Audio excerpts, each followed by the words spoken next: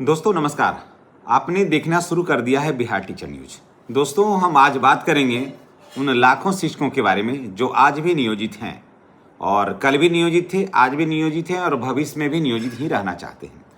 उन शिक्षकों के लिए मैं आज कुछ संदेश देना चाहता हूं। और बहुत सारे हमारे शिक्षक जो थे वो कमेंट कर रहे थे कि अब हम लोग सक्षमता परीक्षा 5 नहीं देंगे या नहीं देने वाले हैं तो क्या होगा।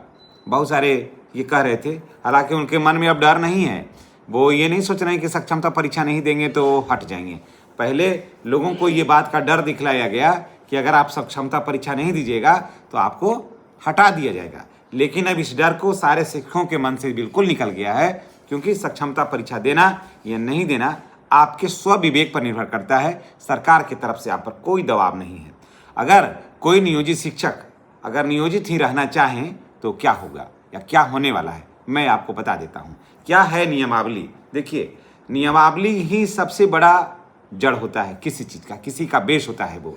आज देखिए, जो लोग सक्षमता परीक्षा दिए वो भी परेशान हैं, जो नियोजित से विशिष्ट बन करके फिर वो प्रधान शिक्षक या प्रधान अध्यापक, वहाँ पर भी कठिनाई, वो भी दौड़ ही रहे हैं, वो भी कोर्ट कचहरी का ही चक्कर लगा रहे हैं। आप नियोजित शिक्षक हैं तो कहीं आप चैन से बैठे हुए हैं।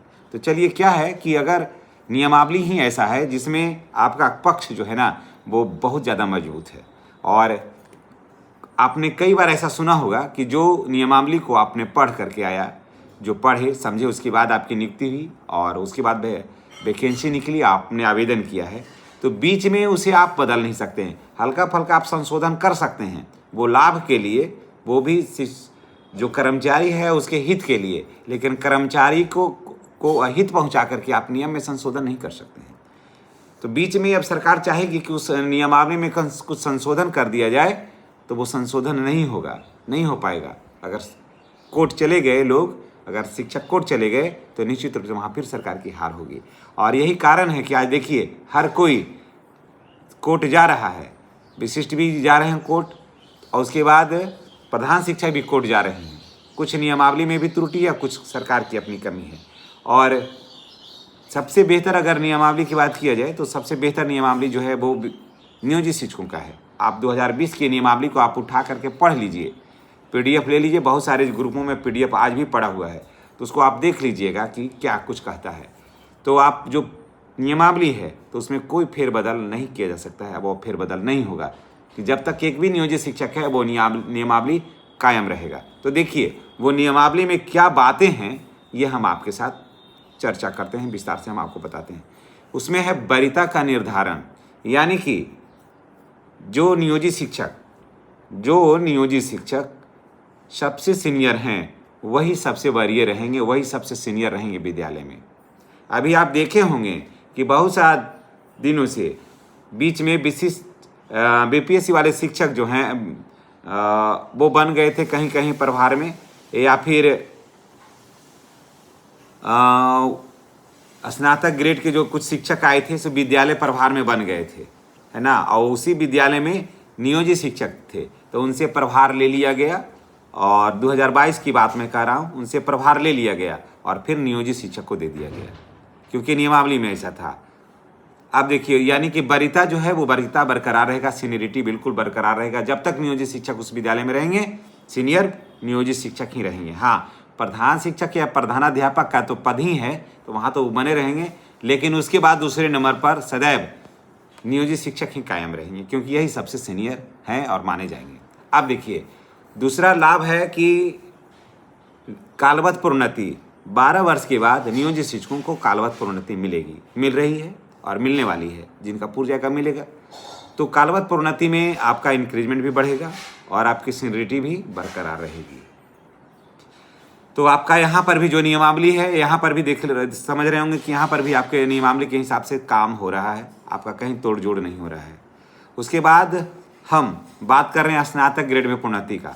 बहुत सारे शिक्षक साथी कमेंट कर रहे थे कि स्नातक ग्रेड में प्रोन्नति लिया जाए या कालवत प्रोन्नति लिया जाए, वो उनके मन में कन्फ्यूजन था। मैं आपको बता दे रहा हूँ कि जो कालवत प्रोन्नति लिया है उसे स्नातक ग्रेड में प्रोन्नति ऑलरेडी मिला है। तो आप पहले कालवत प्रोन्नति ले लीजिए जो अभी मिल रहा है, उसके बाद आप स्नातक ग्रेड में प्रोन्नति आप ले लीजिएगा, मिल जाएगा आपको, वहाँ कोई दिक्कत नहीं होगी। और आपका मूल वेतन में वृद्धि भी हो जाएगा। कालवत प्रोन्नति जो होगा उसमें भी मूल वेतन में वृद्धि हो जाएगा। स्नातक ग्रेड में जाइएगा तो भी आपका मूल वेतन में वो ऐड हो जाएगा। तो आपको दोनों में लाभ है, इसलिए कालवत प्रोन्नति अभी ले लीजिए और उसके बाद फिर आप स्नातक ग्रेड में प्रोन्नति आप ले लीजिएगा। ठीक है। तो दोस्तों और भी बहुत सारी बातें हैं। मैं आपसे एक रिक्वेस्ट करना चाहता हूँ कि जितने भी शिक्षक साथी हैं हमारे, आपसे निवेदन है कि आप चैनल को आप सब्सक्राइब करिए, बेल आइकन को दबाइए ताकि वीडियो का नोटिफिकेशन आपको मिलता रहे, चाहे वो 1 to 5 के शिक्षक हों या 11-12 के शिक्षक हों। आपसे प्रार्थना है कि आप इस चैनल को सब्सक्राइब करिएगा ताकि आपकी बात जो है ना आप तक पहुँचे और हमारी बात, हम और आप एक दूसरे से कनेक्ट रहें। आप देखिए, नियोजित शिक्षक के नियमावली में ही है कि वो प्रधानाध्यापक के पद पर उनका पदोन्नति होगा, और किसी के नियमावली में ये बात आज भी नहीं लिखा हुआ है। बात को बढ़िया से समझ लीजिए। नियोजित शिक्षक के नियमावली में ही है कि नियोजित शिक्षक प्रधानाध्यापक के पद पर उनकी नियुक्ति होगी। खाली सीट पर प्रधानाध्यापक के पद पर नियोजित शिक्षकों की नियुक्ति होगी। बाकी ये बात न विशिष्ट शिक्षक के नियमावली में है, न तो बीपीएससी वाले शिक्षक की नियमावली में है। इसलिए जितने भी नियोजित शिक्षक हैं, अगर वो योग्यता रखते हैं, स्नातक किए हुए हैं, तो निश्चित रूप से उनको प्रधानाध्यापक के पद पर पदोन्नति होगा और अच्छा खासा इंक्रीजमेंट भी होगा। समझ गए?